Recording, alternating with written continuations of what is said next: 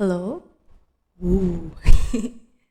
Okay, so I did it. I made the schedule, I opened the tab, I made a plan, and I think I have a pretty positive mindset. So why am I not getting anything done? We love that.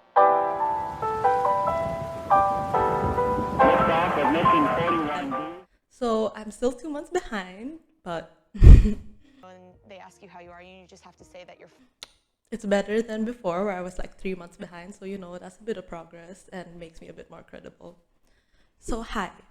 Context about me. I'm a student, junior college year 2, JC2, and I'm taking my A levels this year, and I am burning out. And you might be thinking, Andrea, you need to study, and you're really behind.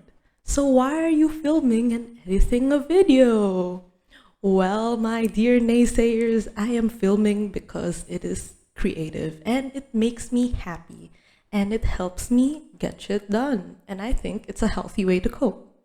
Which brings me to my first point of how I started doing work despite being super burnt out and unmotivated is to do something productive that makes you happy. Okay, honestly, this is kind of stupid because I have not been very happy, but at the same time, I've been happier than before. So find something that makes you less sad because I realized that even if I was resting, like playing games, watching YouTube videos, sleeping, TV shows, I still didn't feel rested or motivated to do the work. And I realized that only when I was doing something I love that gave me a sense of accomplishment, like painting or sewing or even journaling, it gave me the push I needed to keep doing more work. Like, there's a start and an end goal, and the whole process isn't the most fun. Even though I have to resketch something multiple times to get it done or adjust a piece of clothing multiple times, there's still that bit of stress, which is similar to the feeling I get when I do my homework.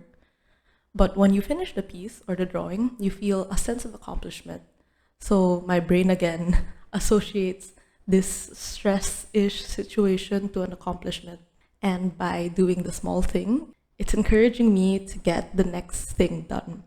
And it's easier for me to tackle my math worksheets even though I know it's stressful because I already had the first hit, like a gateway drug into doing work.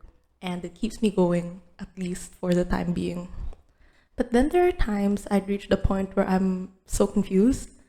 Maybe it's because I haven't been paying attention in class and missed most of my lectures. But back to the point, during these times, what really helped me was letting other people know you're struggling, i.e., asking for help. Friends, family, faculty, these are all groups of people that, believe it or not, want to support you. Wow.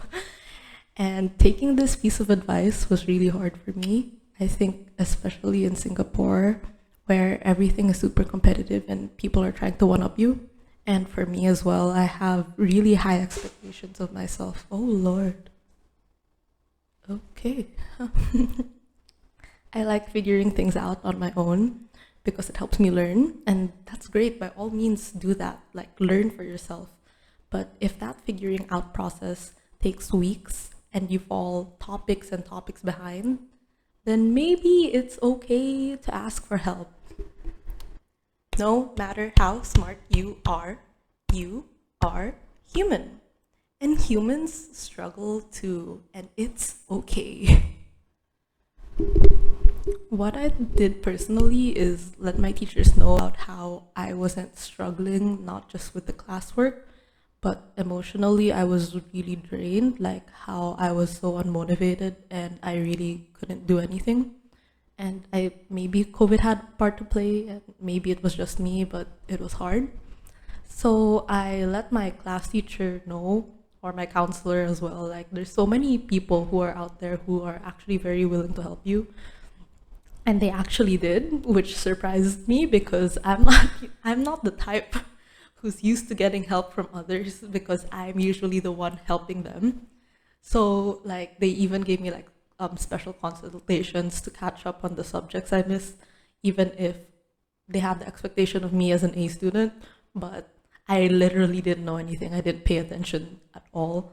And I told her that. She was disappointed, of course, but at least she really went from scratch and then like built it up, which was really great and was really encouraging for me because I'm like, oh, it's okay if I'm stupid. It's fine.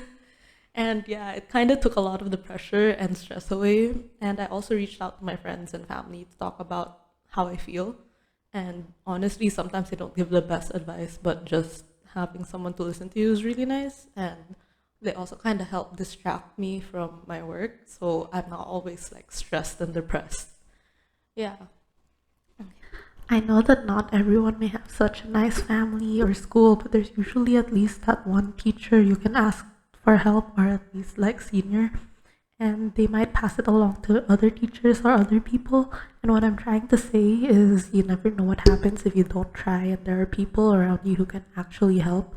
So if you need help, please go get help. And the last tip I want to leave you guys with is learn what works for you now. And I think a lot of people who look for advice online about productivity, me included, see the same general set of advice. Have a plan, make smart goals, study in intervals. And I see why this works. This works for me sometimes as well, and it's great that I get to a flow and start getting stuff done. But then something cuts into my schedule, or I go through a major life change and I have a very difficult time adapting. So then what happens? All the tips and the tricks that used to work no longer work. And because now I'm in a different scenario and the things just may not work anymore. And it's stressful, but that's okay because people change and we go through different aspects of life and we need to learn to adapt to that. Even now, I'm having trouble adapting, but knowing that I'm constantly having to adapt helps me subconsciously prepare myself to adapt. Learn what works for you now. If you used to be the type of person who could wake up in the morning, exercise, journal, and all before work or school starts, that's great. But who are you now? Do you have the mental capacity to do all these things? Can you afford to do these things with your new schedule? If not, then go change it. I say that because that's what I used to do, but now I barely work out and I've replaced it with like going out for a 5 to 10 minute walk at night. So I don't stare at the screen all day because that's all I'm capable of doing. And I used to be able to sit down for like 6 hours straight and study. But right now, 1 hour is already difficult enough for me and it's all I can handle. And that's okay. I mean, if that's what I can do for now, then that's what I'm going to do because it's what I'm capable of. And if I can only start doing work at 11 p.m., when I said I would start at 3 p.m., I'm going to own it. I'm going to take a nap in the afternoon and bust my ass off at a time when I know I can work. And yeah, I have a friend who would wake up at 3 a.m. to do work because that was the productive time. And I also have friends who don't do any work past 6 p.m. because they're just more productive in the afternoon, and that's okay too. It doesn't have to be a time thing either. I don't have a productive time, but when there's a camera in front of me filming me study, babe, I get to work. I'm gonna make sure that the time lapse makes me look so hardworking, which is kind of vain and strange, but that's what works. And we're all built different, so you don't need to conform yourself to whatever the ideal image of productivity is. Just do you, and that's all you need to know. Okay, final note. I am in no way, shape, or form trying to say that my advice will be like the best or like saying others' advice won't work, but these are just my thoughts, and this is what works for me, and maybe it could work for you too, and I'm doing something.